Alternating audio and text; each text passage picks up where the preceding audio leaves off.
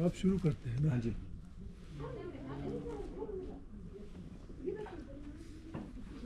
कौन है क्या? अच्छा जी, ये जो है ठीक से है। अभी हम ठीक से मनस्वी में है, बिल्कुल लद्दाख के सेंटर में होता है। ठीक से लद्दाख से शुरू करते हैं। लद्दाख जो है वो दो वाक्य से बना है। हर स्टेट का नाम होता है, उसका मतलब भी होता है। लद्दाख का भी मतलब होता है, अर्थ होता है। लद्दाख जो है ला और दाग बोलकर दो वाक्य मिलकर बनते हैं। ला का मतलब होता है ऊंचे पर्वत को, यहाँ पर हिमालयन भाषा में, बोटी भाषा में ला बोलता है। जैसे चांगला हुआ, जुजिला हुआ, नातोला, खरदोंगला आदि आदि आपने सुना होगा। दाग का मतलब होता है मालिक या स्वामी। ये दोनों मिलकर बनता है पर्वतों का स्वामी या पर्वतों का मालिक। लद्दाख का मतलब यही है। ये सत्य भी है, जितने पर्वत लद्दाख में है उतने पर्वत भारत की किसी भी क्षेत्र में नहीं है। चाहे आपकी दिल्ली, बेंगलोर से जो कुछ भी आर्टिफिशियल गाड़ी जिसी भी क्यों ना हो, लद्दाख आने के बाद वो छोटा हो जाता है। यहाँ हिमालय है। ठीक से जो है लद्दाख में, ठीक से बिल्कुल लद्दाख के सेंटर में, ठीक से में आएगा ना, तब लद्दाख अच्छी ढंग से समझ में आ जाता है। क्योंकि ठीक से की उस तरफ जो है हिमालय रेंज है। हिमालय रेंज जो है ये एक दो पर्वत तो है नहीं। इसके पीछे हजारों बर्फीली पर्वत है। इस दो तीन पर्वत के पीछे जांस्कर वेले है। तो हिमालय पर्वत जो है ये बड़े पर्वतमाला है, लॉन्ग रेंज है। ये और भी 2000 किलोमीटर आगे तिब्बत की ओर जाते हैं। यानी हिमालय जो है उसका ज़्यादातर हिस्सा जो है भारत के क्षेत्र में लद्दाख में ही आते हैं। तो हमारे पीछे जो है यहाँ पर काराकोरम रेंज है, जो सूखे पर्वत देख रहे हैं ना जी, ये भी बहुत मशहूर पर्वत है। ये काराकोरम रेंज लद्दाख से होके, नुब्रा से होके, बल्तिस्तान से होके, अफगानिस्तान, ताजिकिस्तान, उज़्बेकिस्तान आदि आदि जाते हैं। ये भी बहुत लंबा पर्वतमाला है। ये पर्वतमाला जो इतिहास की दृष्टि से बहुत महत्वपूर्ण पर्वत है। आपने सुना होगा सिल्क रोड कहते हैं, सिल्क रोड, जो चीन के लोग कहता है कि प्राचीन काल में उसकी बाप दादा 1000 साल पहले यूरोप तक या अरब तक बिजनेस करते थे, व्यापार धंधा करते थे, ऐसा कहते हैं। तो वो सत्य भी हो सकता है कुछ हद तक, क्योंकि प्राचीन यूरोपियन बुक्स में या अरबी किताबों में चीन की अनेक तरह की रेशम, मखमल या सिल्क की मेंशन आता है। जड़ी बूटी से बने हुए मेडिसिन, अनेक तरह की चाय की बात आता है। तो वो सत्य हो सकता है। लेकिन बात ये है ना जी, वो तो उस समय गाड़ी वाड़ी तो कुछ है नहीं, तो कैसे ले जाता होगा चीन से? कौन लेकर जाता होगा, ये सवाल है ना जी। क्या चीन के लोग जाते थे?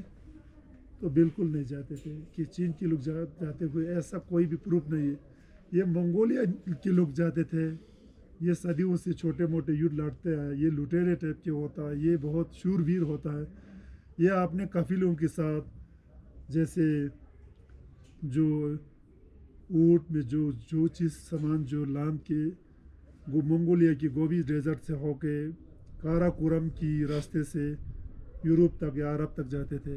क्योंकि पुराने ज़माने में जाने की तरीका एक दो है, या तो उस नदी के अनुसरण करते जाते थे या तो पर्वत के अनुसरण करते जाते थे। तो अरब तक, यूरोप तक जाने के लिए यही सबसे बेहतर रास्ता थे। इसलिए काराकोरम जो है भारत के हिस्से में केवल लद्दाख में आता है और किसी भी भारत की स्टेट में नहीं आता है। उसका अनेक प्रूफ है।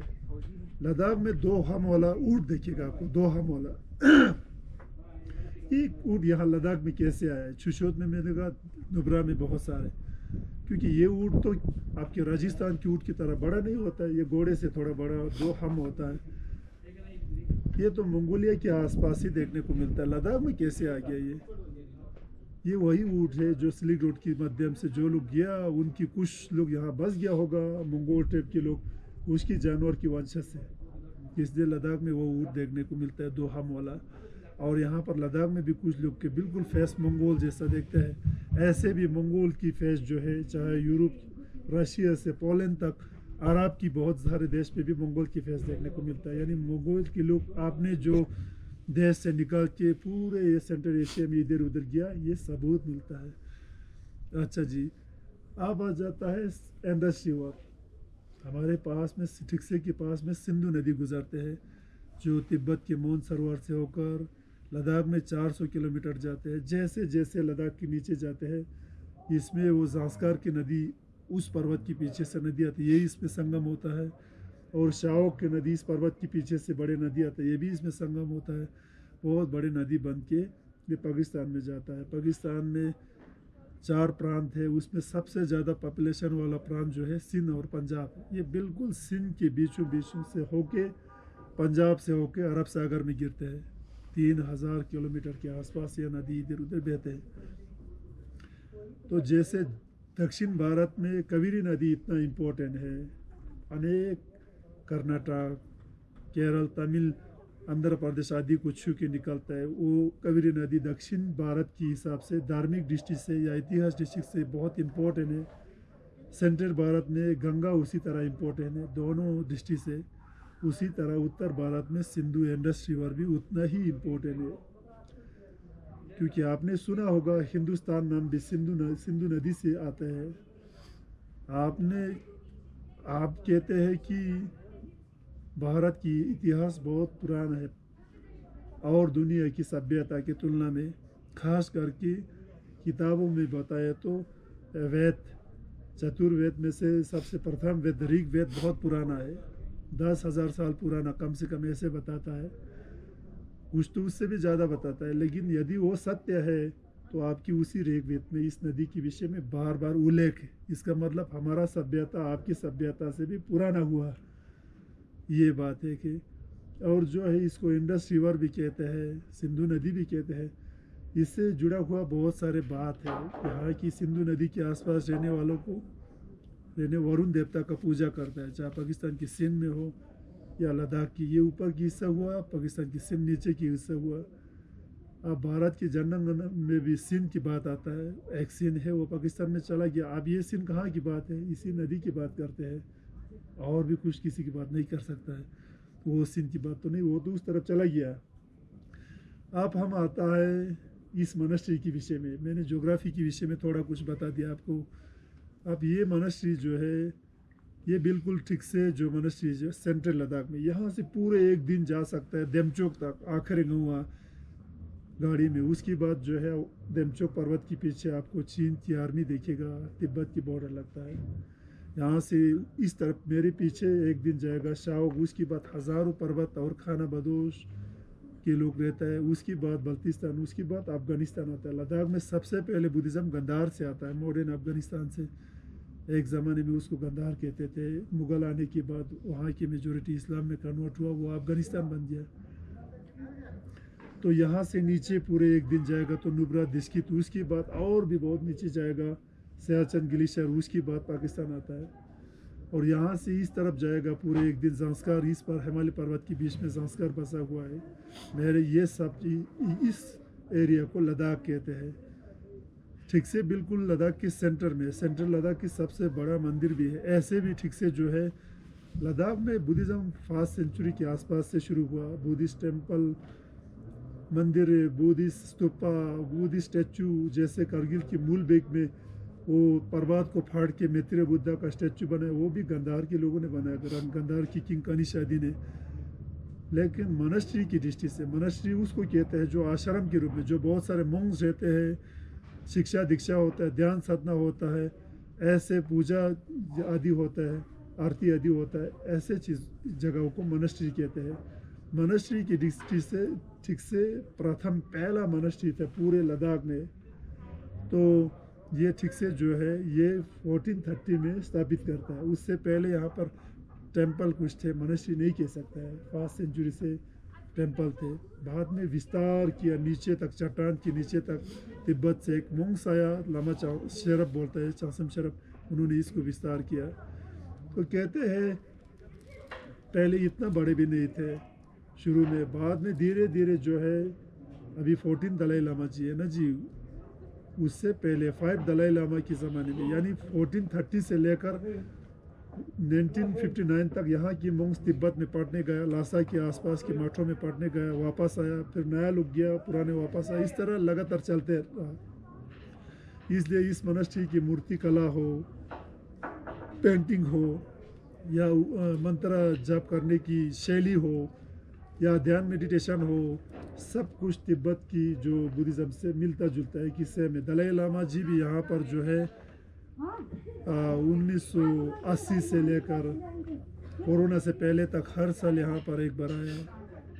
तो यहाँ ये जगह इस तरह है जी, यहाँ से बहुत अच्छे अच्छे मशहूर मोंग्स या ऋषि मुनि आदि अच्छे अच्छे भी हुआ जो जीवन भर ध्यान साधना करने वाले। उसकी स्तूपा भी यहाँ पर है, उस स्तूपा के अंदर उसका पूरे मम्मी है, 2 स्तूपा है यहाँ पर, सिल्वर स्तूपा बोलते हैं, उसके अंदर वो है। तो ठीक से में मेन ये हॉल है, ये मेन टेम्पल असेंबली हॉल है, ये उसी ज़माने में बना हुआ टेम्पल है। इसके अंदर बहुत सारे पेंटिंग्स हैं, स्टैचूस है, हर सुबह मॉर्निंग पूजा होता है, केवल ठिकसे में होता है। बाकी मॉनेस्ट्रियों में कुछ शुभ दिन में होता होगा, डेली नहीं होता है तो भी अभी 10 साल 20 साल में शुरू किया होगा, सदियों से 14th सेंचुरी से अब तक होने वाला ठीक से केवल ठीक से ही है। तो ये वही जो है, इसमें अनेक जनरेशन यानी मोंक्स यहाँ पर ध्यान साधना किया है। तो यहाँ पर मंडला, रेत के मंडला भी बनता है साल में 3 बार, जो जिसको आप लोग रंगोली कहते हैं वो बनते हैं, पर उसकी शिक्षा देता है बुजुर्ग मोंक्स युवाओं को। फिर 10 दिन का शिविर चलता है, साल में 3 बार होता है। यहाँ की फेस्टिवल नवंबर में होता है, मास डांस होता है यहाँ पर इस आंगन में। तो इस टेम्पल की बात है, वज्र भैरव की टेम्पल है। वज्र भैरव की टेम्पल जो है ये शायद लगभग 10th सेंचुरी के आसपास में बना है, वो मॉनेस्ट्री से पहले। ये बहुत प्राचीन टेम्पल, इसकी जो पेंटिंग की शैली को देखें तो बिल्कुल आलची से मिलता जुलता है। आलची कहते हैं कि 9 या 10th सेंचुरी के आसपास में बना हुआ है, बिल्कुल टिबेटन पेंटिंग जैसा नहीं लगता। ये तो बिल्कुल कश्मीरी बुद्धिज़्म का पेंटिंग लगता है। तो पेंटिंग की शैली भी अलग है। वज्र भैरव का इतना पुराना स्टैचू और इतना बड़े स्टैचू केवल भारत में ठीक से के अलावा मैंने किसी भी जगह में नहीं देखा। इस मंदिर का खासियत ये है कि यहाँ के लोग, जिस कपिल को भी बच्चा नहीं होता है, बेबी नहीं होता है, वो यहाँ मन्नत मांगने आता है। तो धीरे धीरे यहाँ के लोकल मुस्लिम भी आने लगता है, फिर करगिल के लोग भी आजकल